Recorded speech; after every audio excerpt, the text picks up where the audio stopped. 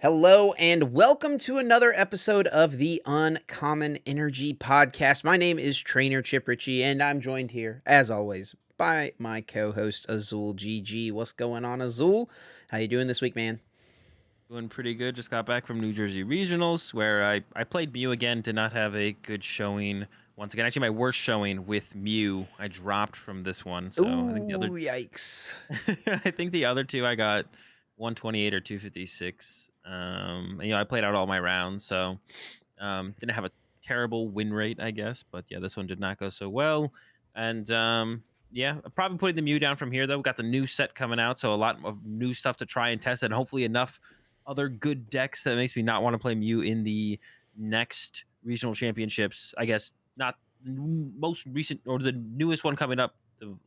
Vancouver. I'm not going to Vancouver. That's what I mean to say. Vancouver is this weekend. Yeah. The next regional for me will be Milwaukee. But yeah, otherwise, besides that, doing good. We're coming here at you guys a day late because my flight got in super late on Monday, so we weren't able to record on Monday to get this up for you guys on Tuesday. So we're coming at you here on Wednesday instead. But Chip, how you doing? How was the weekend for you?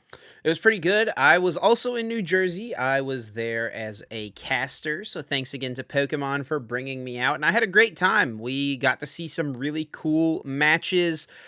Obviously, the format is starting to feel a little stale, as most formats do at the end of their life, especially whenever we've had so many premier events in the format. We talked about that on last week's episode a little bit, a little bit of burnout or whatever it may be on the current format.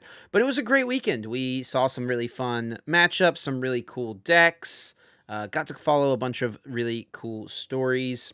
The meta in New Jersey was kind of wild. It was also a really interesting weekend because so many players had such a hard time just getting to the tournament.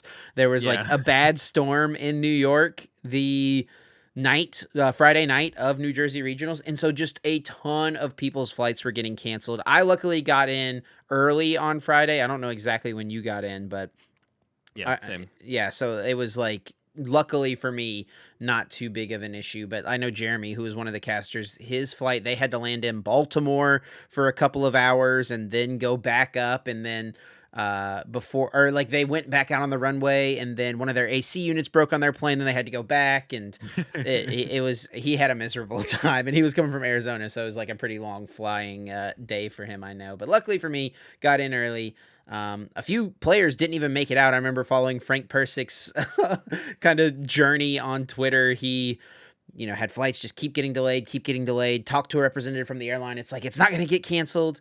And then at midnight, his flight got canceled. And then he did not get to go to New Jersey. And then we had players like Alex Wilson and Isaiah Bradner, whose flights got canceled last second driving up. Bradner, I remember, tweeted that they got in at like 4 a.m. the night before the tournament.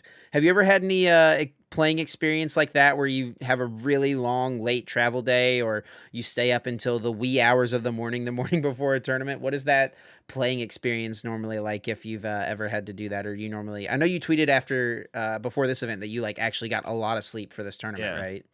Yeah, I actually got like 9 hours of sleep before playing, which I usually don't get. It's like a mixture of cram testing. There's so many reasons to like that you don't end up going and hanging out with people and you stay up too late, chilling. There's always a bunch of reasons that I don't get a ton of or a decent amount of sleep before the tournament. This time I actually did, and I felt pretty good.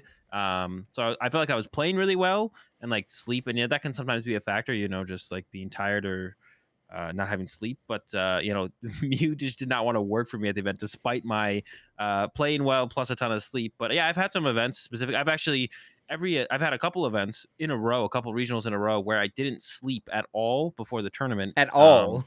At all. But all of those tournaments I top eighted. So That's all of those crazy. regionals I top eighted. See, I was talking to someone this weekend who was like, because I ended up running my cube on Friday night, and one of the players who cubed with us was up until like 1 a.m. and he came up to me at the venue the next day and was like super tired. He was like round 3. He was like, dude, this is your fault. You did this to me. And I was like, listen, bro, less sleep makes you more powerful when it comes to which is probably not the best advice, and also probably just not true, but maybe it Yeah. is if you literally went in with no sleep and made day 2 and then eventually the next day went on to top 8. Oh, who knows? Yeah. I mean, it worked out a couple times. Yeah, I got some sleep between day 1 and day 2, Right. thankfully, in those. So, yeah, I got into day 2 with on no sleep, and came up. One of them was actually the year that me and the people that I kind of randomly, like, one of the people was a local to me, and I had been playing games with them for a while, but then we just randomly bumped into some other people we knew and started building a deck, and that was the tournament that I made top 8 alongside Eric Rodriguez with Raikou Eels. We made that deck, staying up all night, being like, what are the decks that are being played, and how can we kind of abuse that? And then we came up with Raikou Eels with Assault Vest, and it was a really good deck. The only deck that we took a really bad matchup to was Maxie's Yveltal, which is what Eric lost to in top 8, and then I lost to Kevin Baxter playing bees. So it was a one prize matchup that went a little bit back and forth. But yeah, I mean, I've had some success getting some good sleep. I've had some success getting no sleep before day 1 of a tournament. I don't think there's like a magic or a key to it. I think getting some sleep is generally the better way to try and go. And as much as possible, 8 hours is generally a good number to shoot for, I think, just in life, but also before Pokemon tournaments, because I think that'll more consistently lead to better results. So definitely recommend getting the sleep, even if there are situations where people have done well on little to no sleep. It doesn't mean that's what you should shoot for sure. Well, let's get into this week's episode. We've got a lot to talk about. There were 3 major tournaments this weekend, and there's 2 more coming up this weekend. So we'll break down the results from the Caucus regionals in New Jersey here in the US, the Lille regionals in France, and then also the Perth regionals down under in Australia. And what effect will the results from these tournaments have on Vancouver and Bremen, which are coming up this weekend? Vancouver in Canada and Bremen in Germany. And these will be the last 2 tournaments of this current Brilliant Stars format, which I'm sure many people are excited to see go. Not because it's a necessarily bad format. I've actually enjoyed this format a decent amount. It's just there's only so much you can take, right? At some point you've Yeah. just played it so much, and especially when you're playing it like competitively so much, it really starts to wear on you. But after that, after we talk about that, of course, we will have Guess That Flavor text. It is my turn this week to leave a card for Azul to guess. We'll see if he can get it right, and all of you listening along at home as well. And then we're going to take a little bit of time at the end of this episode to look ahead to Astral Radiance, the new Pokemon TCG expansion, which cards will be releasing this weekend, and they will be legal for play starting 2 weeks from this week. So they Milwaukee regionals coming up here in the US. I'm not sure what other global regionals are coming up in the format. I think there's a regionals in Chile at some point before NAIC, and then NAIC eventually as well will be in the Astral Radiance format. I'm excited for the set. I know you are as well, Azul. But yeah, Yeah. before we get into that, let's break down Perth regionals, which Yeah. was won by Matthew Burris with Arceus and Teleon. Yeah, one thing I wanted to say real fast, it does feel like, well, we've had so many major events in this format. It feels like the format was like hyper evolved with how much everyone was trying to test, and especially like in the specific regions throughout the world. It's kind of like, you wouldn't see everyone's secret decks so quickly. Usually America, of course, has the most regionals, but Australia has like usually a bigger break between their regionals. But even like these regionals being so close together, it's like, okay, they had their first regional. Natalie won with the Mew, and then this next regional came up, and then of course, yeah, Matthew Burris won with the Arceus and Inteleon deck, with the big standout cards there being the Echoing Horn and the Cross Switchers, to kind of just be hyper aggressive about being able to just kind of force the prize trade. Basically, it's just like, I could sit here and heal with Charon's Care, or I could double Cross Switcher this turn after I used Melanie or a Research or a Marnie to draw a bunch of cards, and now I'm KOing another 2 prize Pokemon, and then on the following turn I'm Echoing Horning and then KOing another 2 prize Pokemon with Boss. And then usually we wouldn't see these decks in this short of a time, would be spread out a little bit more. But when there's so many major tournaments so quickly, we see all of the next decks that the top players were bringing to the next big tournament in their region, and we just saw them all so fast because there's so many tournaments crammed into this short time frame, it feels like. But yeah, Matthew Burris with the win there, and also Henry Brand Yep. playing the exact same 60 in top 8 as well. And there's a really cool list of Arceus and Teleon. I feel like this is probably the best list of Arceus and Teleon that we've seen, because it has such a wider range of options in terms of like they didn't play zero Charon's Care. There was still a Charon's Care in there. It was just like such a wide range of options of just different aggressive levels you can take throughout a match depending on if your opponent is outpacing you or you can outpace them. So yeah, the Echoing Horn and the double cross switcher was like a really really cool inclusion in the deck for sure. So that was really really cool to see. Yeah, I'm a big fan of the cross switchers. One of the problems I've had before playing Arceus, or I guess one of the things I've been able to abuse when playing against Arceus, is making plays knowing that they cannot Sharon's Care and Gust, or they cannot Melanie to get an extra energy play and Gust, right? But that is something that you could do with this version of the deck. You can Sharon's Care to heal a damaged Arceus and pull off a double cross switcher play to get a gusting effect. You can Marnie to disrupt your opponent and gust. You can Avery to delete stuff off the bench, and then if they discard a bunch of Sobbles, you go target more Sobbles. Like there's just so many different plays you can make. The cross switch opens that up, and the Echoing Horn as well, like you mentioned. I feel like that as well is just solid to bring back another Arceus at the end of the game and just Yeah. bring it up with a boss's orders or cross switcher and just take your last two prize cards, because that's something that will happen a lot of times in the Arceus mirror match. It feels like is players at the end of the game have just like two big Arceus V stars in play. When they Sharon's Care, they're not going to put the other one back down because that becomes their lose condition. So that allows you to play around that, which I think is really cool. So shout outs to Maddie and Henry for coming up with a really cool list. I thought it was also funny. Matt in his tweet called himself Matty B the Bird Keeper because he beat 3 Arceus B decks in top 8. So beat one in top 8, beat one in top 4, and then beat it in the finals, going 6-1 in those games, winning 6 and only losing 1, which I thought was actually kind of interesting, to be honest, especially since he's got the double turbos and capture energies in this list. Yeah, it has a lot of special energy, but it's also 7 basic energy Right. and has the Ordinary Rod. And like you said, I think one of the big plays you can apply in that matchup once it kind of gets down to Arceus v Arceus, which it'll eventually get to, is kind of the Chair's Care plus double cross switcher play because otherwise, they hit with their Arceus and then you hit with yours, and then they're kind of stuck where it's like if they choose not to have benched the Arceus V last turn, and when they Charon's Care, they have nothing to attack with, or they bench it, and then it just gets chased, right? I think another big card in the list as well for that matchup is the Ordinary Rod, Mm-hmm. because now you can Charon's Care and then like Ultra Ball away 2 waters, put them back in the deck, and create like a third Arceus in a row if your opponent is able to somehow avoid you kind of chasing their Arceus V for the turn. So you can kind of set up that third Arceus with triple basic energy, which is what a lot of Arceus decks can't do. So that's when like the second B can kind of get involved. And there's also 2 Melanie in this build. So that initial Arceus might not even have special energy on it as well. With the higher basic count of 7, there is like this is 4 special energy to 3 is usually the norm in Arceus Intelligence, but there's 2 captures in here as opposed to the 3 to 4 DTE. And only 2 DT in here just to get going for that first initial Trinity Nova in most situations, in most matchups. But then, yeah, the higher basic count, the Ordinary Rod, the double Melanie, like I feel like all of that leads to just having plenty of options against the B drills, and it looks like that's definitely something that thought was put into when this list was put together by Maddie and Henry.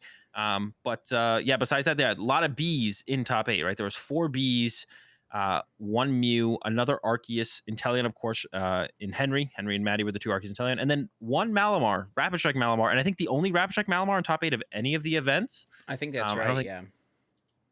yeah, I mean, so that's that's almost a surprise. I feel like to actually see Malamar up there. I feel like I'm a little bit surprised to even see Malamar make it to the top 8. I think we were talking about how the meta felt like it was getting better for it, but then I also kind of mentioned how it feels like all of the little niche plays that not everyone had truly discovered about that matchup up against Malamar, people were discovering as well. Like little things like the triple Zigzagoon play plus Aqua Bullet that you can do with like Isaiah Bradner's Arceus B list and stuff like that. All these Arceus decks specifically have little things they can do to really make it really awkward for the Malamar player, like turn 3 on in the matchup. So it was actually surprised to actually see one make it to the top 8, but Aaron's a very good player, so it's no surprise to see, and sometimes it's more so the player than the deck. So Aaron's a very good player, so I mean, any good player playing pretty much any solid deck in any format is never too big of a surprise that they actually make it to the top 8.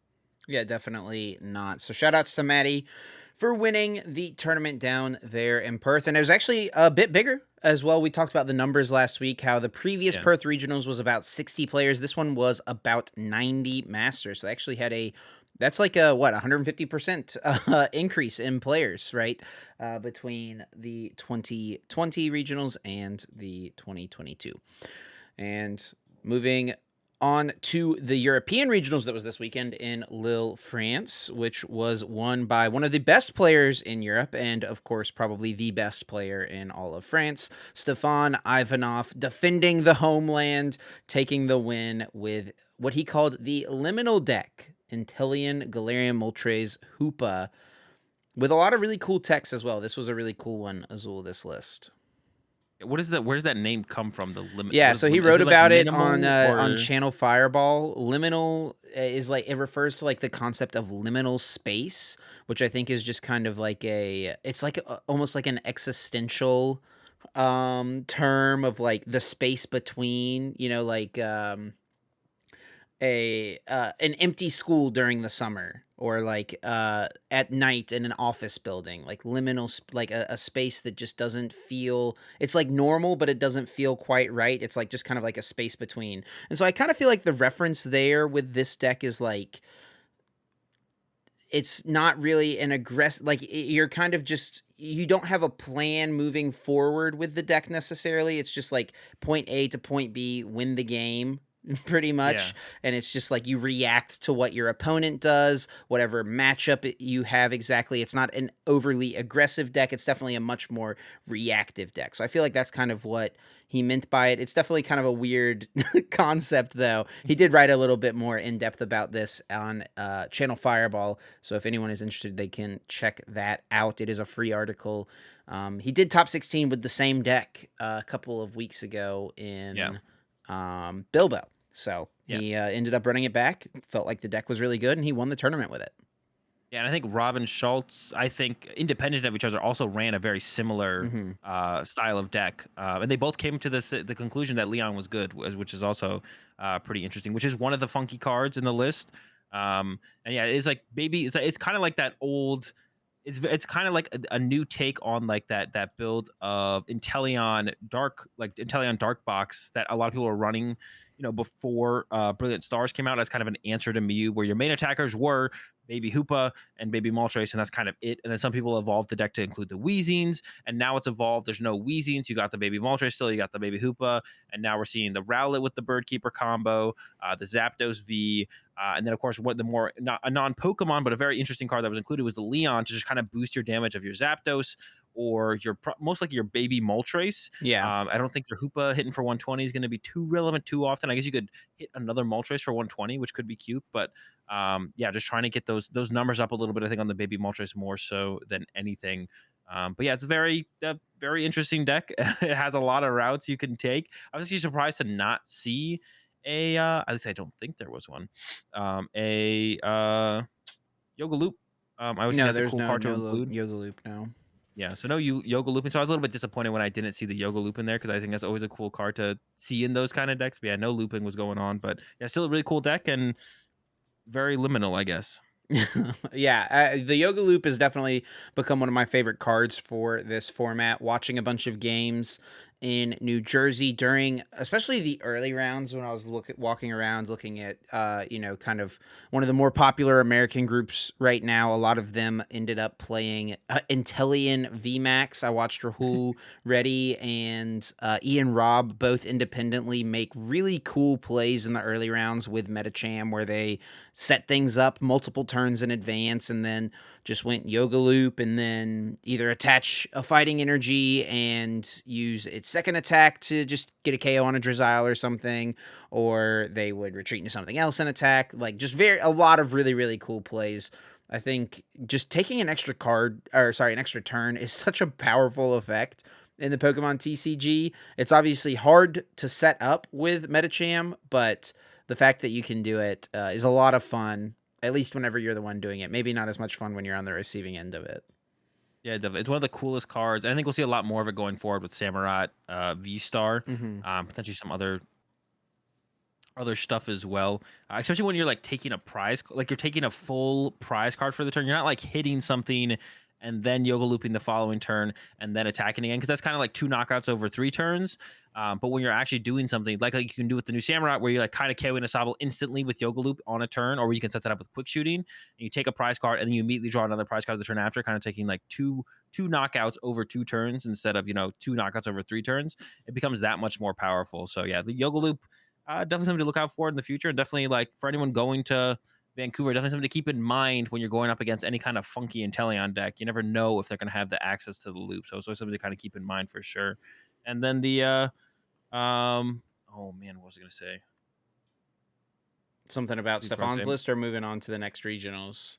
No, yeah, the other deck, the deck that got second place, Gyarados, Arceus, that's what I want to talk about. Jolteon, yeah. So that got second place, and there's a lot of other actually funky decks that we'll get to the rest of the top 8. But I think maybe the most interesting deck besides maybe Stefan's deck, was this Arceus Jolteon Yeah. Gyarados deck, and not Jolteon VMAX. It was playing Jolteon, the baby Jolteon that says when it has a memory capsule attached to it, no water Pokemon in play have abilities, which is obviously very powerful up against Inteleon. And we didn't just see it here. We saw something in New Jersey as well. Grant Manley was playing a different Arceus deck with it. But this Gyarados build is something that All Out Blitzel has been doing very well with in online tournaments Mm-hmm. up to this point. And I even saw in an online tournament earlier today, they were still rocking it, and they were in a top 8 with it once again. And I wonder if it's the same list. I also wonder if that's them. I have no idea who All Out Blitzel is in these online tournaments. So that was maybe them who got second. I have no clue. Or if someone just took their list and played it here. The list isn't on Limitless, so I don't actually know how close it is to All Out Blitzel's list. But what do you think about the Jolteon? Yeah, the Jolteon is really cool, and it's a really cool response to the expected meta, right? Inteleon is the most powerful engine in the game right now, except besides maybe Genesect, I guess. But there's an obvious counter to Genesect, right, in Path to the Peak. If you're countering Inteleon, though, it's a little bit more convoluted. And the way to do it is with the Jolteon, its Thunderous Awakening ability, where if you have a memory capsule attached to it, water Pokemon in play, both yours and your opponent, have no abilities. So, very cool card, and it's just kind of like Garbotoxin at home, almost, right? Like, very Yeah. specific things that it counters, but it just so happens that the thing that it's aiming to counter is the most popular thing in the format right now. Yeah, I was definitely very interested to see that. In the rest of the top 8, we had George with a very similar deck to what Stefan played. There was an Arceus Inteleon in there as well with the classic baby Moltres. Mies, don't see their list here on the Limitless page, but I'm assuming with the Moltres and the Inteleon, they're also probably something very similar to what Stefan was playing. So 3 decks, the 3 liminals, I guess, were in top 8 there. The biggest surprise to me, I think, definitely was the Arceus Duraludon in the top 8. Then there's a Bees, and then actually a deck that I called to be making a top 8 this weekend, the Ice Rider, made its way here into top 8 at Little Regionals. I thought it maybe would have had a little bit better performance across the board, but definitely not surprised to see this here. I thought it was like this. It was just the format's been getting better and better for Ice Rider, and I think it even gets better for it going into Astral Radiance as well. Yeah, Ice Rider, I think, was poised to do pretty well. I mean, it's got a solid Arceus matchup, but it still just doesn't do great against Mew. And then there's also other random stuff out there. Like in New Jersey, I was watching Will Jenkins a little bit, who was playing Ice Rider, and he lost to Ross Coffin in one of the early rounds playing the Malamar. Malamar just, getting in there and hitting for the one-hit KOs necessary, and that's just too favorable of a prize trade, right? So...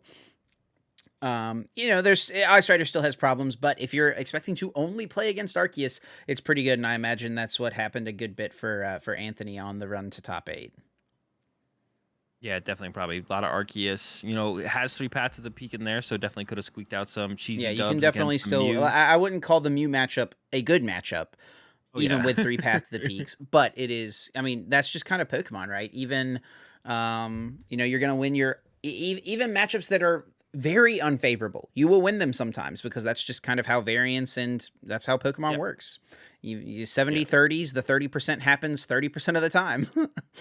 yeah. I just as long as it happens twice, then you're good to go and get a dub against literally any matchup. And you never know when if you're just playing well on the day and your opponents slip up a couple times, that could also be the difference as well. And why it should always be the number one focus for you is to just play well. I feel like, but yeah, that's the top 8 from Little Regionals. A couple surprises. I guess Liminal deck did way better than I thought it did.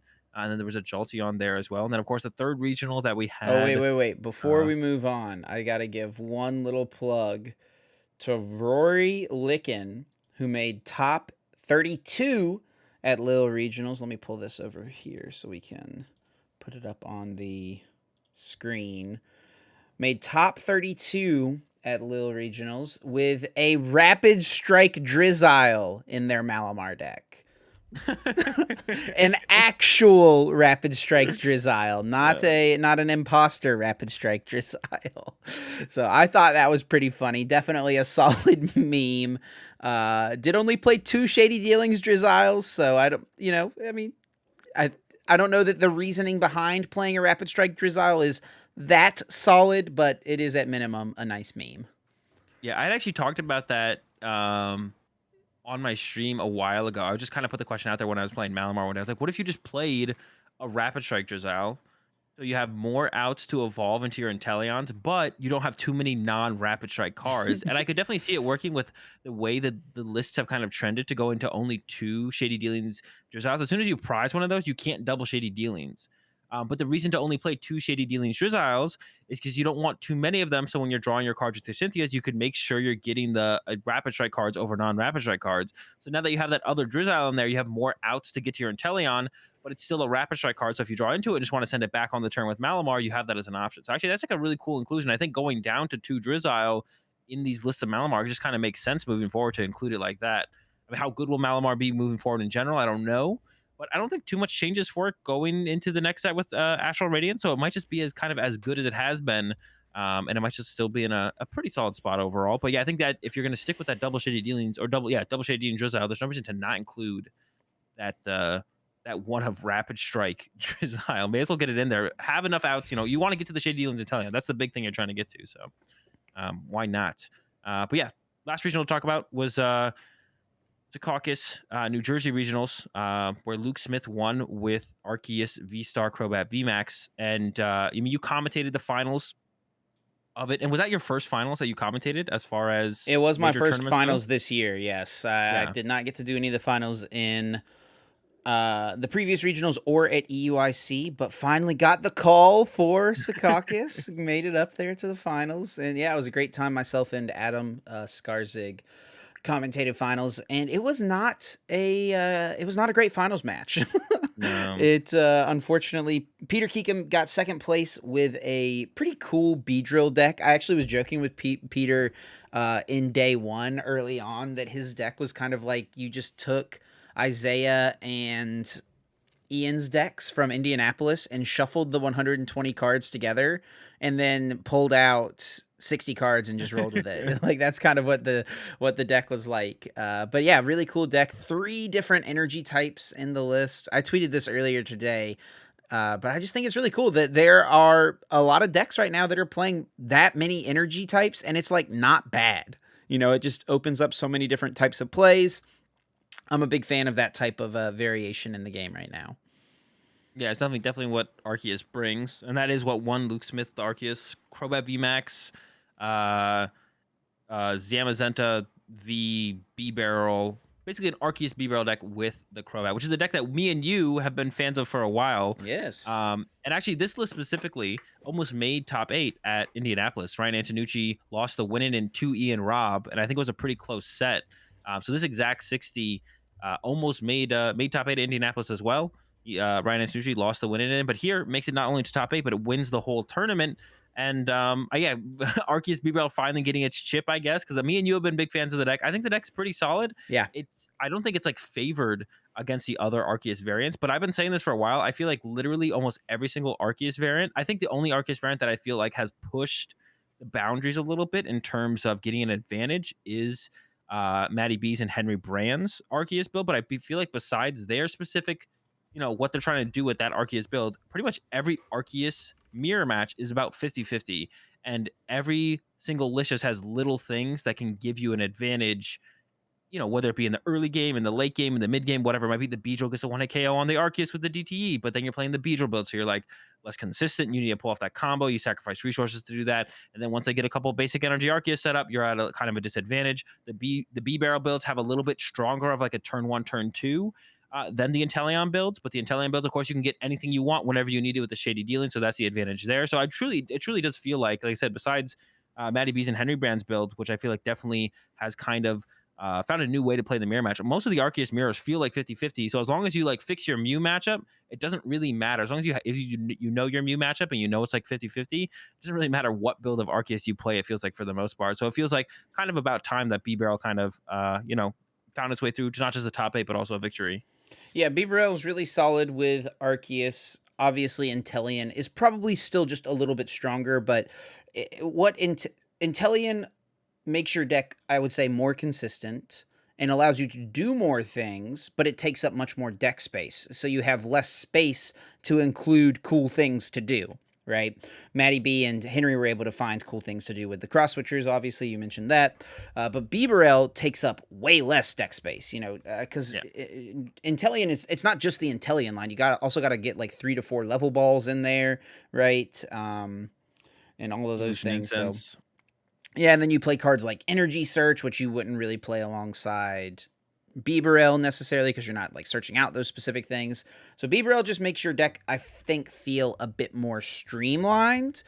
You play like more consistent counts of like more traditional draw supporters, like the Researches and the Marnies, which I think is not necessarily a bad thing. So yeah, I mean, we've been talking about the deck for a while. Glad to see that it finally won with it. I thought it was really funny, Luke Smith, when I interviewed him after he won the tournament. He was like, "Yeah, I bought the cards for this deck from the vendors 10 minutes before the tournament started. He like played most of day one, not even realizing all of the like exactly how the deck worked, made it through day one, got into top 8, and then just the perfect storm happened. He made it work and won the tournament. Congratulations to Luke on the win for sure. Yeah, definitely. Yeah, it's cool to see it get there. And like we said, Peter Kiko got second, and then the rest of it from there was just a bunch of Mews and Arceus and Teleon. Just the water Arceus and Teleon, the straightforward. So water Arceus and Teleon I actually think had a big weekend in general. Yeah. 2 in top 8 in Perth. A lot of Arceus in top 8 of Perth in general, but the water Arceus and Teleon went over there. There was 3 of them in top 8 here at New Jersey. Then there was 3 Mews as well.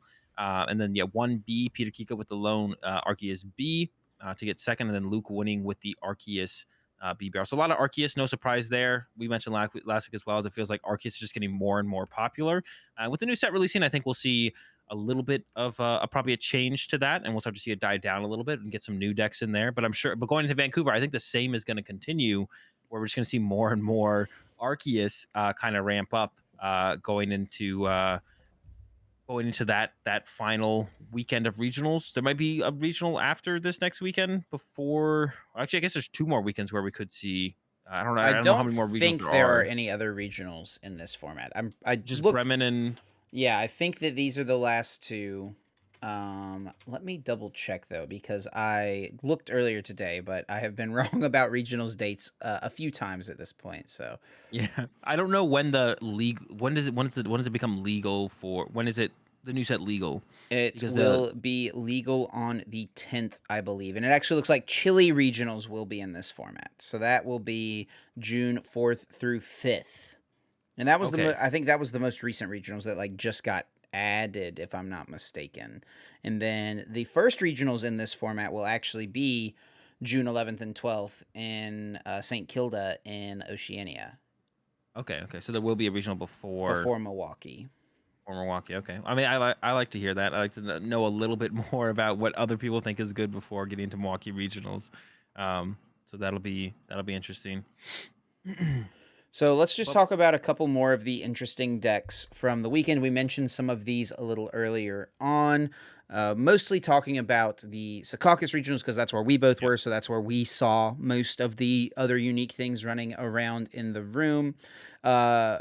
You mentioned earlier about how Arceus decks hadn't really pushed the limits to do anything really in the mirror match, like to gain an edge in the mirror match, I should say. But I think Parker Lish also found a really good way to get an edge in the mirror match, who got ninth place, bubbled out of top cut at ninth place with an Arceus Hammers deck. 4 Crushing Hammer, 3 Fan of Waves, just a pure disruption Arceus. Had the Path to the Peaks in there as well. And I feel like that is pretty good in the mirror. We actually had him on stream. He played against Michael Bergerac in day 1 on the stream, and it was not a super close game. It felt like Michael would attach an energy and Parker would get rid of it before Michael could really do anything. Michael would Trinity charge, and then he was just behind the rest of the game, you know? Yeah, no, I guess that's like another cool way to do it. I mean, yeah, it is hammers, so no one likes to talk or think too much about too much of hammers becoming too popular. We don't want to get the format to just literally just evolve to Arceus Hammer. I guess, you know, if it did devolve to that for the next 2 regionals, I'd be fine with that because I'm not going to either of them. I'm not going to Vancouver. You'd not going to enjoy watching everyone else suffer with Crushing Hammers and Fan of Waves. Yeah, I mean, yeah, if that's the way it goes, that's the way it goes. Everyone else can kind of deal with it. I'm not too worried about it. So I don't think we'll quite get to that point. I mean, I think Arceus has pretty consistent answers around hammers, especially the Inteleon build where you can just kind of, they get the hammer, you go Melanie DT, and you're just kind of right back in the game and keeping pace with them from there. So to get to like kind of break that cycle of energy after that, I think is really hard, even when you play Crushing Hammers, you know, and your Fan of Waves, because that's why Whimsicott basically tries to do is they try to stop you from getting to Trinity Nova. But once you get your Trinity Nova off, the hammers and the fans kind of don't do nothing, but they definitely don't do very much at that point. So, but if you can prevent that first Trinity Nova while you're using Trinity Nova yourself, that's when you can definitely could get ahead. So yeah, something it can do in the mirror match is like it can break the Sharon's Care loop, right? Because they'll prep an energy on the bench or 2, and if they only have like 1 or 2 energy on the bench and you can remove both of them, or if like it's just a double turbo and you can fan it back in, then they can't Sharon's Care that next turn because then they won't be able to attack. Yeah. So like that's a possibility as well, but that also has to be assuming you're hitting Sharon's Care yourself as well to like match what you're trying to prevent them from doing. Because if they're just still ahead by an attack, then they'll stay ahead by attack even if they could have got ahead by 2 attacks, right? So yeah, I think there's definitely some possibility that might be one of the stronger builds to kind of play at this point, because it really is hard to push to that. Like I said, in the Arceus mirrors, every Arceus deck is built to first off make sure you can beat Mew, and then from there it's like, okay, what else am I playing in here to just play in here, right? The Baby Moltres, the Beedrill, whatever, and it feels like most of those kind of break even against each other. So yeah, I guess those would be the 2 things that I would look at to try and play. Maybe is Arceus Hammers, even though that sounds. I would rather play something like Matty V's and Henry's deck. That sounds like a little bit more fun. I don't really want to flip any hammers personally. So we talked a little bit about Grant Manley's top 16 Arceus Malamar Jolteon deck. We talked about Jolteon, why it's good right now in the format.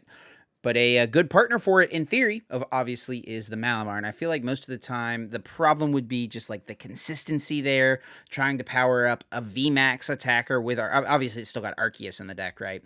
But yeah, hard to power up a VMAX attacker while setting up Bibarel to draw cards, while setting up Jolteon and finding a memory capsule. But, Grant was able to build a pretty consistent deck. Actually, I remember talking to him in day 1, and he was like, yeah, this is like the most consistent deck I've ever played, which I think is probably not totally true, but he's got the researches in there, like, he's just turboing through the deck. Starbirth really makes every deck feel like the most consistent deck you've ever played, I feel like. But yeah, Grant played no boss's orders, no switching cards in the list besides the air balloons. Yeah. Just 1 switch, no air balloon. It was just one switch. Yeah, 1 switch, no air balloon. Yeah. And so just like if he started something that wasn't Arceus, he had the 1 switch to get the turn 2 Trinity Nova, and that was all he needed. And, having built a lot of decks with Grant over the last couple of years and tested a lot with Grant, that is very much how he will build decks. If it's like, you know what, boss's orders doesn't really help me at all in the early game, and it's not necessary for me to win the game overall, I'm just not going to play the card. Yeah, no, I mean, it kind of makes sense when you look at the list. Like, Jolteon shuts off all of your opponent's options. So as soon as you attack with that Malamar VMAX, I mean, you limit that option as well. If you're up against Mew VMAX, you're 1-hit KOing their Mew VMAX or their Meloetta or whatever. And then in that situation, you have a Pass the Peak in play ideally, and are disrupting their hand, so you get rid of any Stadium, right? Yeah, you just full on disruption, lock your opponent out of the game, and like even if you can't win the game next turn, if they can't do anything, you'll just win in 2 turns instead. When you just keep attacking, you'll eventually get through all of their Pokemon as long as your opponent's doing nothing or so little that you're always going to win the game first. You don't really need to win the game faster with bosses orders. And when your deck is built around fully locking out any of the relevant decks in the format, I'm sure if Grant had hit something else, with B Barrel, that would have been a little bit tougher to deal with. Maybe something like Luke's deck. That would definitely be quite a bit tougher of a matchup, right? Because they can draw cards under Jolteon. They're Yeah. not reliant on the Italian. And you also can't boss KO the B Barrel because you don't play boss. So Grant's deck was definitely built around beating Arceus Inteleon and Mew VMAX. And anything else besides that, I guess it just beats Malamar. Anything with Inteleon and Mew VMAX. And anything else besides that probably gets a little bit dicey, but Grant's such a good player that I'm sure could definitely overcome some of those tougher Mhm. matchups. But when the meta is 75% is Mew and Arceus or Inteleon decks, then yeah, you're going to be in a pretty good spot. So yeah, the Jolteon, Malamar VMAX lock combo definitely seems like it's pretty good. And I think definitely something people are going to start looking at, going into these last couple of weekends in this format for these regionals. Yeah, and I think Malamar gets a lot better in the next set because it gets 2 key cards, Roxanne and Dark Patch. So pretty easy to power up a Malamar, Roxanne them to 2 cards, throw a Path to the Peak and play, put one of those 2 cards on the bottom of their deck. That doesn't sound very fun to play against Azul. No, definitely not. Definitely not. Yeah, Roxanne just in general seems like a scary card. We're going to have to see how that one Yeah. pans out for sure. And speaking of tougher matchups for Grant's deck, something that he actually played against 2 times in the tournament, once in round 9 and then once in round 11, I believe, on the stream, was Arceus Korvernite, which had a pretty solid showing. It did pretty solid in day 1. Gabe Shumway was either the first seed or one of the first 3 seeds Yeah, in 8 and day 1, I believe. 1 going into day 2. And then Kyle Lesnowitz was in day 2, also playing it. There was a few other players running around. Kevin Kruger, kind of the person who popularized the deck, also made day Yeah. 2 with it once again. So yeah, Arceus Korvernite, pretty interesting concept. We talked about it a little bit last week. It's just the idea Corviknight's a big attacker. It's got free retreat, can't be hit by Zigzagoon, which is like a convenient little plus. And with a choice belt and a Galarian Zigzagoon ping, you hit for 280, which is enough to one hit KO opposing Arceus V Stars. Yeah, I think it's like solid. I think there's too much going on in the deck though for my Yeah. liking. I think, especially if it's like similar to what Kevin Kruger's list looked like before. Usually decks with a lot more one-ofs or stuff like that. Like it almost feels like it looks kind of like it's like an Urshifu deck, but it doesn't have the Intellinie and the PNE. Like there's so many like small lines of stuff, but you have no way to find any of it consistently. So I'm not a huge fan of the deck. I don't think overall, and I think specifically for like New Jersey regionals, the name of the game almost for the most part felt like consistency. Like Yeah. there was 3 Inteleon water Arceus builds, which is basically universally recognized as the most consistent Arceus deck. And then there was the Arceus B-Barrel deck, which is also very consistent overall. And I think the only deck that kind of um, had probably some more the most inconsistency or the least consistent was Peter's deck that got second place with Arceus Bees, but no one thinks that's an extremely inconsistent deck or not. No, And then yeah. you look at and then there was 3 Mews, which right like it feels like the players who do the best with Mew on the day are probably the ones who ran the hottest with Mew overall. But there were some very solid names backing up those placements as well. So and Mew generally a fairly consistent deck. You play most of your games right as Mew VMAX. So and just kind of will the other deck kind of keep up to Mew VMAX's pace throughout the game is usually the question. So I don't know. It just feels like it just feels like I don't know. There's just almost too much going on in the deck for my liking, I think, overall. And I think it's not the perfect pair for Arceus, but it just kind of feels like you're just trying to find something else to put in the Arceus deck that doesn't quite synergize well enough for what else is going on in the meta. And then one more deck to talk about before we move on to looking ahead to Vancouver and Bremen is Inteleon VMAX, which actually was played by a decent amount of good players, both in New Jersey and Lille, I believe, as well. But the best finish for it, only one player made top 16 with it in Caucus, which was Justin Kim. So Inteleon VMAX is kind of a deck that I think ever since Fusion Strike came out, people have like kind of gone back and forth to it every now and again. It's like it seems like a solid strategy, but then at the end of the day, you're only hitting for 140 damage, which is not that much, especially into things like Sharon's Care and Big Charm. You're not even getting 2-hit KOs on Arceus V Star. But still got the top 16 finish. Thoughts on the Inteleon VMAX, Azul?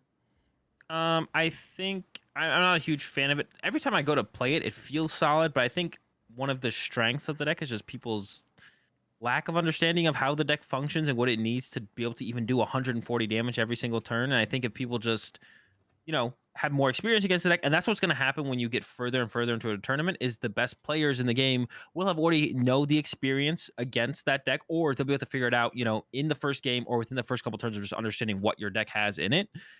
So either you'll maybe win that game one, but then in game two, they're going to go boss your artillery, Marnie you. And then the game just kind of goes down to like a 50-50, it feels like most of the time. And that's like the main game plan against that you can execute against Inteleon VMAX. And Arceus decks can execute that very consistently, especially if you play Inteleon. Bossy Artillery, Marnie the next turn, and then if you whiff the heal or the energy, even if you hit the heal, if you're healing and not attacking, you're behind it. You fall behind a turn, then they get the Charon's Care next turn. If you put down a Remoraid, maybe they just go chase that. So I think there's just like a lot of flaws with the deck in general, as far as just trying to compete to be a top deck. It just can't quite crack that yet. Yeah, I thought the deck was really cool. I watched, like I mentioned earlier, Ian Robin already make really cool plays with it, but cool plays weren't quite enough to make day two for either of them. And they're two great players. They've made day two at every regional so far, and they didn't make day two at this one. So they kind of nerfed themselves, I feel like, a little bit playing the playing the Inteleon almost, it feels like. So let's go ahead and look ahead to Vancouver and Bremen. Of course, the two regionals taking place this weekend: Vancouver in Canada and Bremen in Germany. And we saw Jolteon pop up pretty reasonably at the last couple of tournaments. We talked about it a lot on the live stream in New Jersey, and we featured it as well in Grant's deck. I think there was also another Jolteon at some point earlier on in the day. It was one of the rounds that I was not casting, but I'm pretty sure there was another Jolteon in day one that was on the stream. And then obviously got second place at the Lille Regional Championships. So should there be more Jolteon at these two tournaments? Are those two decks the best way to combo together Jolteon, the Malamar, or the Gyarados VMAX? Is that the best two ways to play it? I don't know the best way to play it. I was actually working on a Jolteon build towards the end of last week on my stream, where it was just basically it was Arceus B-Barrel Jolteon with Crobat VMAX. I just played like a 2-2 Crobat VMAX, and we tested that a little bit on Friday before the tournament. I still would have been down to play it, but the rest of everyone else in my group wanted to play Mew, so we just ended up playing Mew. But Bro, be your own person as well. It's okay. You can play your cool little Arceus Jolteon deck if you want to. You can put down the Mew, man. It's fine. don't worry, the Mew will be put down from here on out. Yeah, but so I almost played Jolteon going into what's it called, but I didn't put too much time into it. I kind of just took the list that I had been playing on stream before, and just was just like, well, this seems pretty good. We tested it a bit. It didn't end up going as well in testing before the tournament as it was online, but I think we'll see a lot more Jolteon going into this weekend, and I think that also means that you should if you're committed to an Arceus Inteleon deck. I don't think the matchup's bad up against the Jolteon decks, but it's definitely something you want to get familiar with Yeah. and test against and understand that matchup, because a lot of it comes down to just kind of holding your Starbirth for a little bit longer and waiting to boss up an EV, because the game plan you want to look for is just kind of bench double EV and make it awkward. So you have to kind of come up with a bigger play on your own turn, whether that be something to do with Avery or taking a key knockout, or just making sure you are able to chase the solo EV if they only get one EV out. If you burn your Starbirth a turn earlier and then they Marnie you and now you don't have your Starbirth, whatever, they find your boss combo or whatever it might be, like you just got to be aware it exists. Tool Scrapper is a card we could see included. Of course, you can't, even if you have Tool Scrapper, you can't Shady Dealings for your Tool Scrapper, but they only do play 2 Memory Capsule. Mm-hmm. So including a Tool Scrapper is still pretty solid, because then you can Starbirth for the Tool Scrapper for the turn and then still like Charon's Care or hit the active, and then you put them on finding their other Memory Capsule, which without their Starbirth can be pretty difficult. So the Tool Scrapper is a pretty solid answer for that, just like removing the capsule for the turn, and then now they have to go find their second Memory Capsule or whatever. So how does it work with Tool Jammer? like you bossed it up. That's a good question. I mean, You it's don't still have a Memory to boss Capsule. it up. Why do you boss it up? Oh, well, Tool Jammer only affects the active. Oh, that's right. Yeah, Yeah, because but it it's doesn't still turn off EXP share. Yeah. yeah, Okay. yeah. Well, yeah. It's So still Scrapper it's would just be a better play, yeah, probably. yeah, yeah. You would need Scrapper. You'd go with I Scrapper was for thinking sure. it would work on the bench, but yeah, no, that doesn't happen. Yeah, so I think Scrapper is probably the way you want to go, especially if you're going to be playing Beedrill. We saw some big parasols this weekend. Yes. Yeah. Um, Speaking of which, you played Big Parasol in your Mew deck, yeah, right? yeah. I chose to play big parasol. I didn't hit any Arceus bees. I didn't stay in the tournament very long though. So maybe if I had been able to stick around a couple more rounds, I would have hit Arceus bees. But the rest of my group got some value out of it against some Arceus bees, and I expected a little bit more Arceus bees. Obviously in Perth, it did extremely well.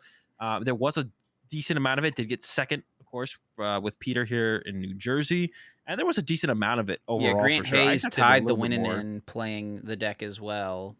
Yeah. Yeah, so So I would say if you're committed to playing Arceus Beedrill, which I think is still a very solid deck, then I would definitely play a Tool Scrapper. Helps with your Jolteon, might hit a big Parasol, and sometimes getting rid of big Charms and Choice Belts and Air Balloons is still good. It's just like that's the reason people don't play Tool Scrapper right now, because actually getting rid of big Charms and Choice Belts and Air Balloons just usually isn't very impactful. Those are like the main tool cards we've seen up to this point. But with yeah, big it's like Parasol coming mildly in, annoying, if anything, right? yeah, For your opponent, it's yeah, like not that big of a deal. It's like, oh, okay, I shouldn't have attached both of these things. Oh well, and then you still win the game. Like, exactly, exactly. But now we got some new tools involved, so I would definitely yeah, include the Tool Scrapper in that build for sure.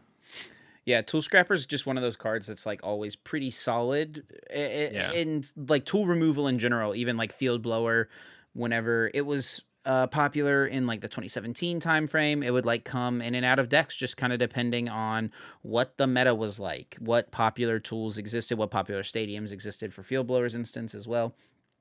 Um, Yeah. so yeah, if Beedrill should be playing Tool Scrapper, is it probably still worth it for Mew and maybe some Arceus decks to play the big Parasol still? I think probably in Mew still, because you really want to Yeah. put them like if B gets that KO, you're in trouble. So I think I would still play the big Parasol. There's one more piece for the combo, right? Like, and sometimes Arceus caps out on barely getting the combo pieces it needs to get the B in the active and get the energy for it. So I would say, yeah, I would still play the big Parasol in Mew. Um, and it could be a consideration if you expect a ton of B to show up, which I don't think. Like playing big Parasol in Arceus decks too gives you a really big tempo edge against the like that matchup of like Arceus Inteleon versus Arceus Bees. But with them potentially going to the Scrapper and not really feeling necessary, then I don't think I would.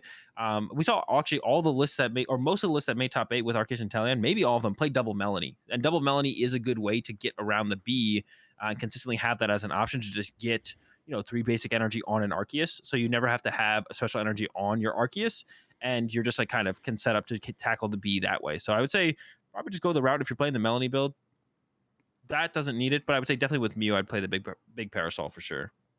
So of the 3 regionals winning decks, we had the Crobat Arceus deck in New Jersey. We had the single prize Inteleon deck in Paris, in Lille in France, and then we had the Arceus Inteleon in Perth. Of these 3 regional winning decks, which do you feel like is most likely to repeat again this weekend, to win another tournament this coming weekend? Well, I think Jolteon's a little bit scary, so I don't think Stefan's deck will be in a great spot. Even though Stefan did somehow overcome that in the finals, I definitely don't think that's a good matchup. Yeah. For the B Barrel deck, I don't think enough players are going to play it. I think one of the best decks right now is that. I think a lot of people are going to be looking at Matty B's and Henry Brand's list and looking like, okay, there's some interesting stuff going on here that gives you an edge up against other Arceus decks. I kind of want to play that because Arceus just is the deck right now, and I think it's, like I said, going to get more popular going into Vancouver. So I would say Arceus and Teleon, whether it be something like Henry Brand's and Matty B's list, or something else, some other build that someone else plays. But yeah, I think Water Arceus and Teleon is probably going to be the most likely deck to win a tournament this weekend. And then the last deck to talk about for Vancouver and Bremen, good old Mew VMAX. Is it poised to do well this weekend? I've got some opinions on Mew I want to share, but I want to hear your thoughts first. I think as well as it always has, but I don't think it'll win. At the end of it all, I don't think it'll actually win either of the regionals this weekend. Okay, my opinion on Mew.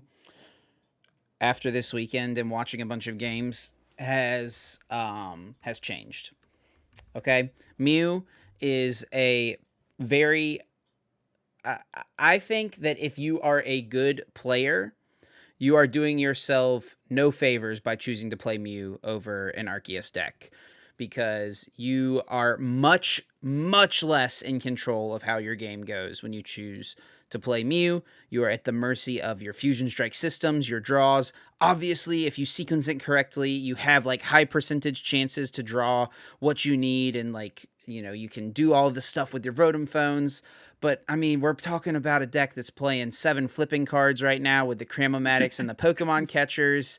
I mean, it's just gotten a little out of hand at this point. I think that if you are a good player, let's just put away the Mew. Especially after seeing you, who I consider to be one of the top players in the game, unable to make, and this is not a dig at you. This is not a dig at you, Azul. I love you, buddy, but you didn't make day 2 at the 3 regionals you played Mew at. This is true. I think it's time. If you're a good player, I think it's time to put the Mew away. Just move on to Arceus. Get more control of your game plan, and that's really just the big difference. You control your path so much more with Arceus. Now, things maybe are a little different now if people really do go that heavy into Jolteon.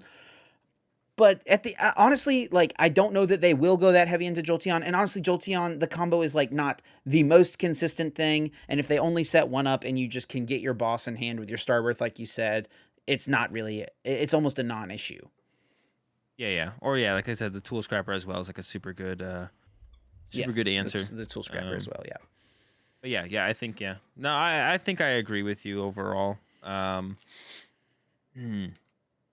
Mew's you definitely have less control, but and I definitely felt like, maybe past that initial regional in Brisbane where it's like, unless you came up with like some crazy new way to play the list, then you're just gonna be at you'll have not enough. It's not worth the trade off for sure. But I think there definitely have been moments where you're just playing a crazy, consistent, powerful deck. Definitely is good, but you've got to be, the group of players or the player doing it, and you have that advantage against everyone else in the mirror match, and other people just not understanding how powerful the deck actually is yet. But yeah, I mean, I was definitely more a fan of it pre like the catcher becoming the meta, but after indie regionals, catchers just, I mean, and I think the catchers are great, but it just adds another level of variance to the deck, and you're going to win or lose games on a Cramomatic flip. Now you're adding you're going to win or lose games on a catcher flip. Just put it away, man. Just put it away, man. I'm not talking to you there. I'm talking to anyone who's listening to this that is considering Mew this weekend. Let's put it away. Yeah. Let's play a good deck. Not a Mew deck, a good deck. Okay.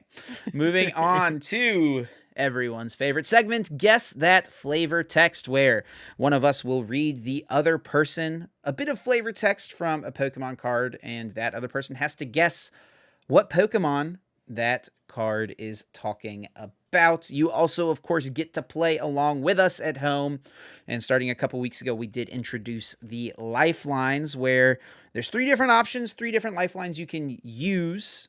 One being what set is the card from, the other being what stage the card is, and the third and final one being read an attack name. Now, I need to pull up our document here to keep track of the score, but I do believe we are still tied at 1-1. Yeah. So, yeah, has not been going great for either of us the last few weeks. I finally got on the board a couple of weeks ago, but now it is your turn, Azul, to guess that flavor text. Are you ready? I'm ready. All right, so I actually have a card right here in front of me. I was not totally prepared whenever we started. We hopped on the call to record this week, so I had to just pick what was here available to me, and here we go. While it's unexpectedly quiet and friendly, if it's not fed any trash for a while, it will smash its trainer's furnishings and eat up the fragments. Well,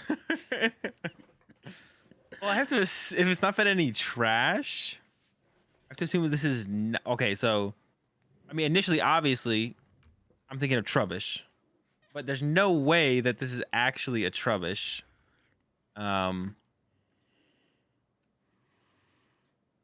So So it likes to eat trash, and then it will smash up. I mean, it just gets angry when it doesn't get You want me to read it trash. again one more time? Yeah, go ahead, read it one more time. While it's unexpectedly quiet. Oh, you cut out there. You turn off your mic. Bad. Yeah, my bad, my bad. I accidentally tapped the mute button on my mic. Okay. While it's unexpectedly quiet and friendly, if it's not fed any trash for a while, it will smash its trainer's furnishings and eat up the fragments. Oh my gosh, I have no clue. So we're gonna have to bring in a lifeline here, because I can't think of anything. For some reason, Snubble is standing out to me, but I don't know why I'm thinking of Angry little puppy. Snubble specifically. But for some reason, I'm thinking of Snubble. So it's definitely not. I think it's definitely like a basic Pokemon, or maybe a stage 1. But this it like I feel like it's like I don't know. All right, so we're gonna go with uh what's read an attack name from the card. Crunch. So you have the option to continue to use lifelines, or if you feel confident, you can lock it in. And if you get it right at this point, you get 3 points, which would put you so far ahead. Okay, I don't know if this is correct, but now all of a sudden I think it's Rockruff. So I'm just gonna go ahead and guess Rockruff. Locking it in? I'm locking in Rockruff. You are incorrect. It is not Rockruff. Oh my god. For anyone I think there's else playing along at home, I'll just give the other 2 lifelines so you can get a chance to guess if you are still thinking. This card is from Sun and Moon base set. And this card is also a stage 1 Pokemon. And this card is Alolan Muck. What? Alolan Muck. I mean, look at his teeth here, bro. That is, I guess, remnants of his trainer's furnishings. Yeah, I would have never guessed a Alolan Muck. I guess it definitely does make more sense now that I think about it, but I didn't think it would have been an evolution Pokemon for some reason. I was stuck on it being like Well, a that's basic just your fault Pokemon. for not using one of your lifelines. I Well, was that trying to was get this as many week. points as possible. I mean, hey, I respect the gamble, but it did not pay off. We are still tied at 1-1. This is episode number 11, so that means that we have only gotten 2 out of 11. Guess that flavored texts right. We are fake Pokemon fans. Okay, moving on to the back end of the episode here for the last little bit. Let's talk about the newest Pokemon set, Astral Radiance, which is available now to play on both PTCGO and also PTCG Live. If anyone out there is actually still playing PTCG Live, you can go. I mean, that's the easiest way to get the cards Yeah. is on PTCG Live. I definitely.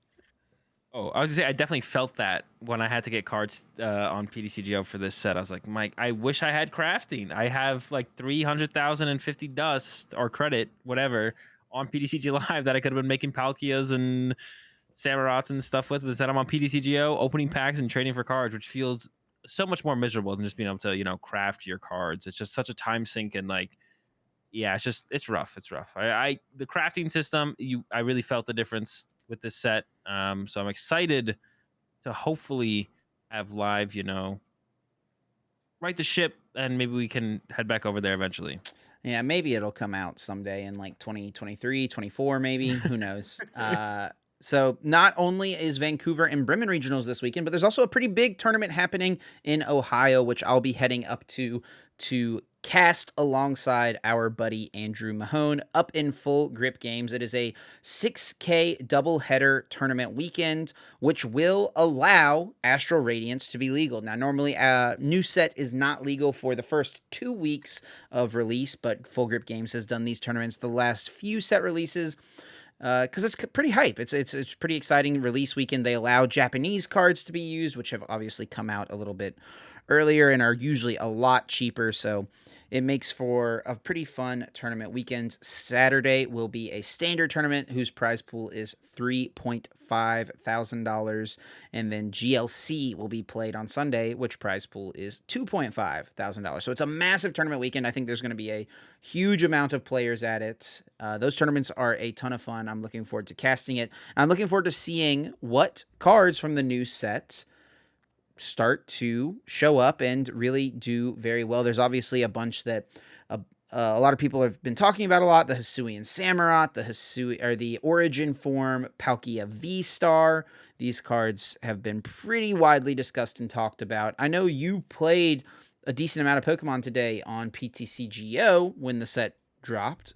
What were some of the decks you played today? How did the new set feel, Azul?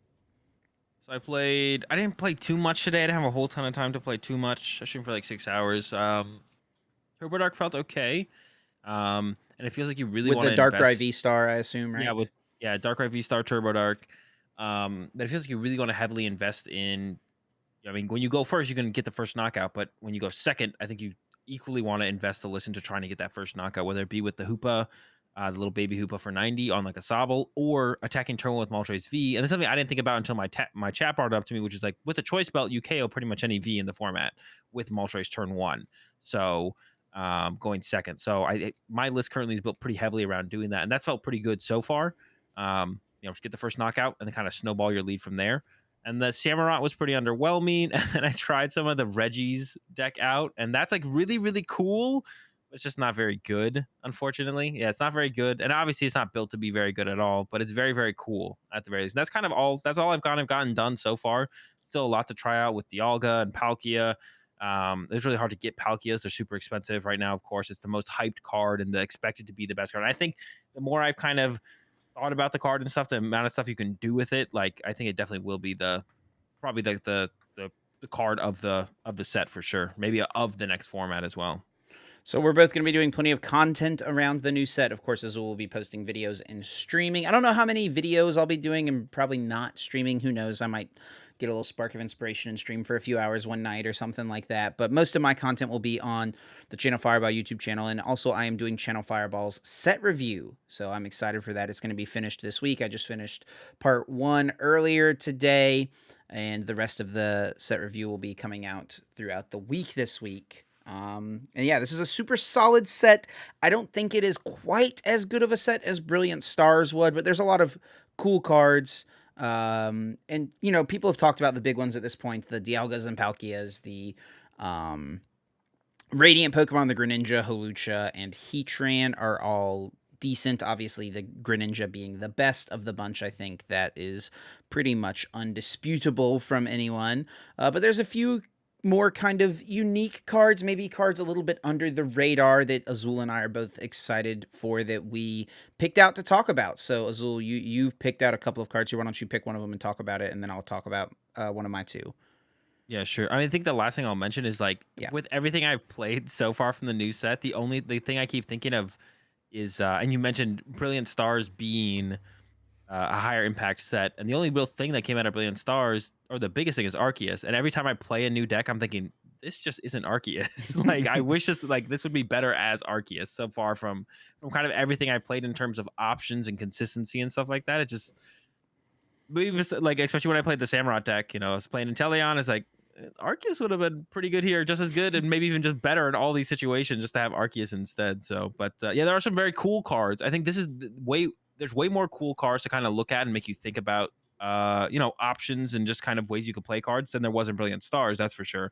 And the biggest one that I want to be trying out and I haven't gotten to yet is Togekiss. That it's not just the Togekiss, which is the coolest part about it. I think the Togepi and the Togetic. So the Togepi, when it comes into play, has the ability where it heals your active Pokemon for 10. The Togetic heals your active Pokemon for 30, and then the Togekiss heals your active Pokemon for 90. And then not only can you evolve all the way up to your Togekiss and heal it, and you could have multiple Togekiss being evolved up and healing your active Pokemon, but then you can scoop up net and kind of reset your Togekisses and your Togepis and your Togetics and start the healing process through those abilities all over again. So I think there's definitely potential for some kind of like big tanky Pokemon. You just throw it in your active, and you just constantly heal it with Togekisses and Scoop of Nets throughout the whole game. And the one I'm looking at to definitely combo it with initially is the Heatran. It's got 330 HP. The ability says as long as you have a Stadium in play, you heal it for 50 damage. And then it attacks for Fire Colorless to do 180 damage, and then your opponent's active is now burned. So that's the one I'm looking to combo with it. Of course, that one is weak to water.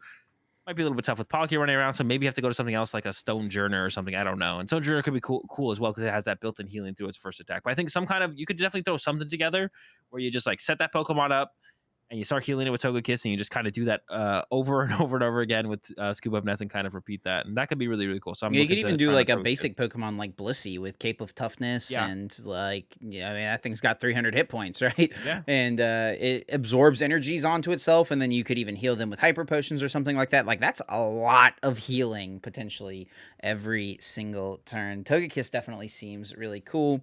The first card I picked to talk about is the new trekking shoes.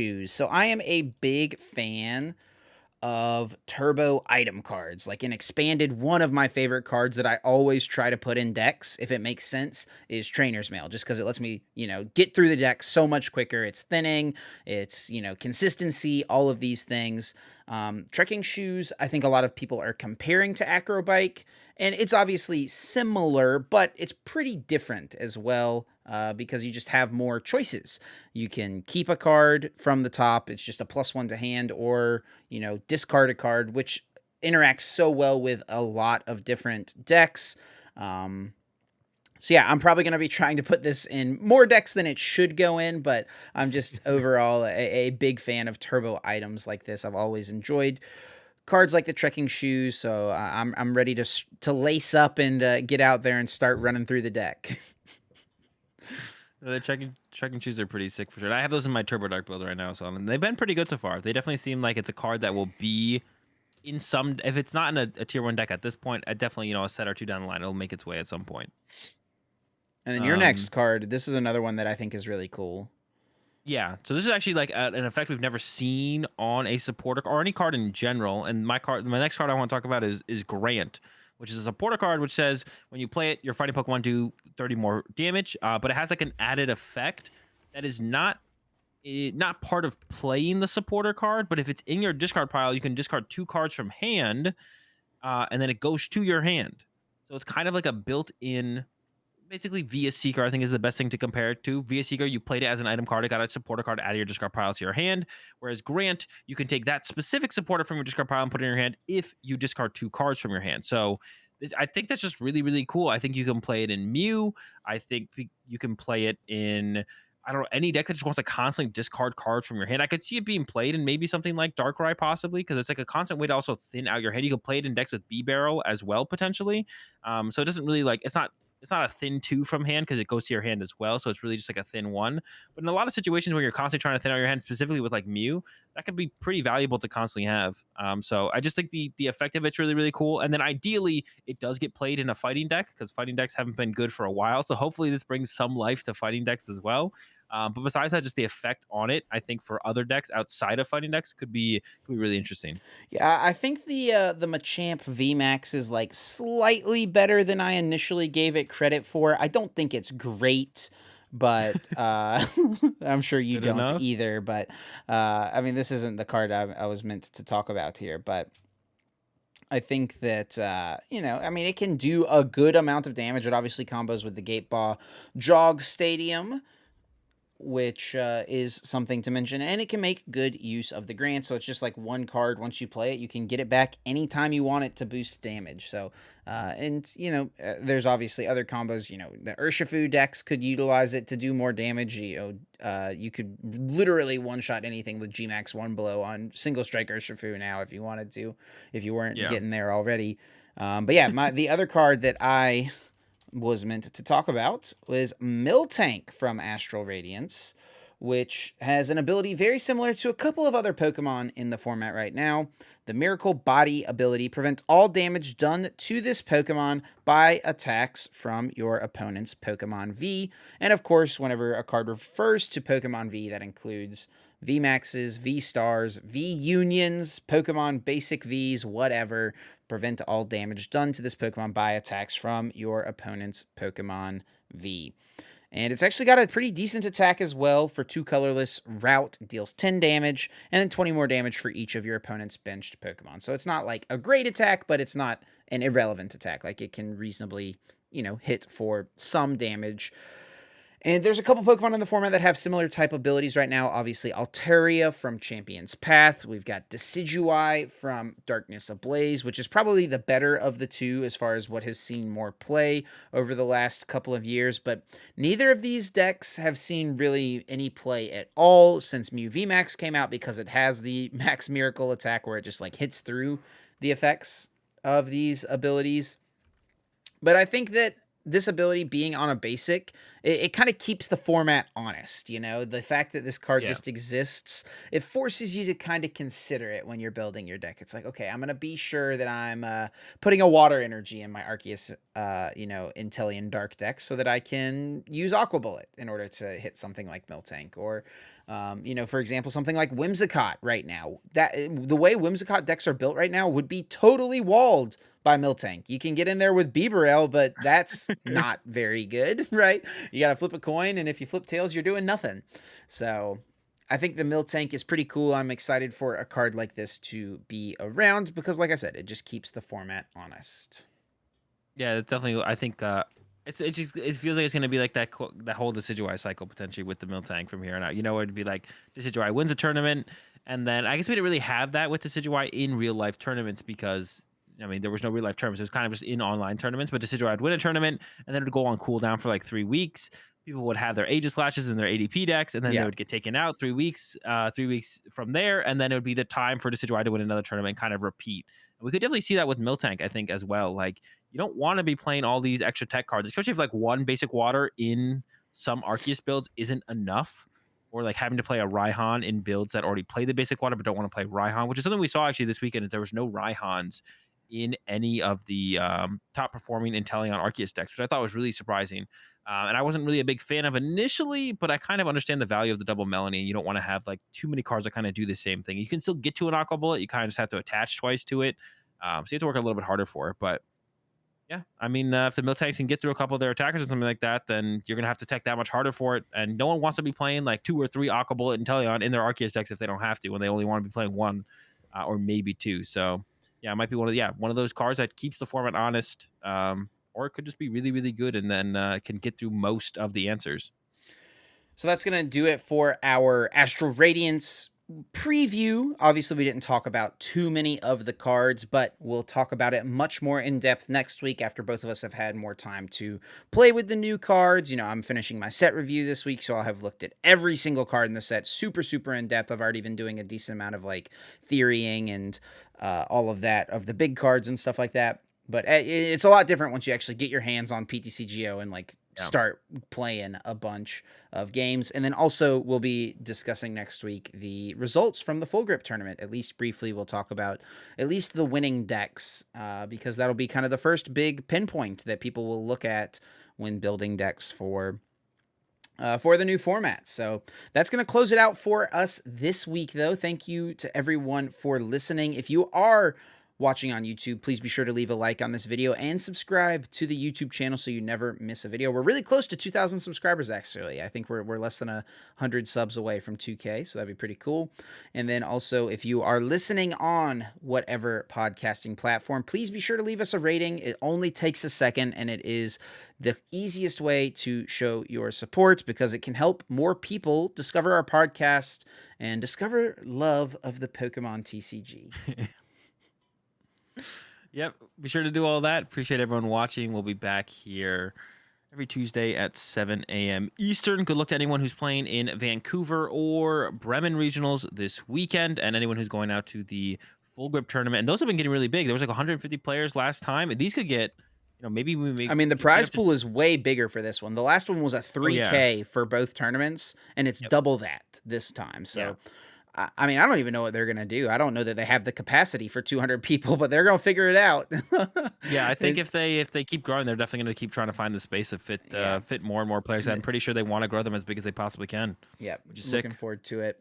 Be sure to follow us on social media. Myself on Twitter at Trainer Chip, Azul on Twitter at Azul_GG, and then also follow the podcast over on Twitter at Uncommon_Energy. Check us both out on YouTube and Twitch, also the podcast channel here on YouTube. Thank you so much for listening. We will be back next week, Tuesday, regular scheduled time, 7 a.m. Eastern. Thank you all so much for listening. That's going to do it for us. We're good out of here. Peace.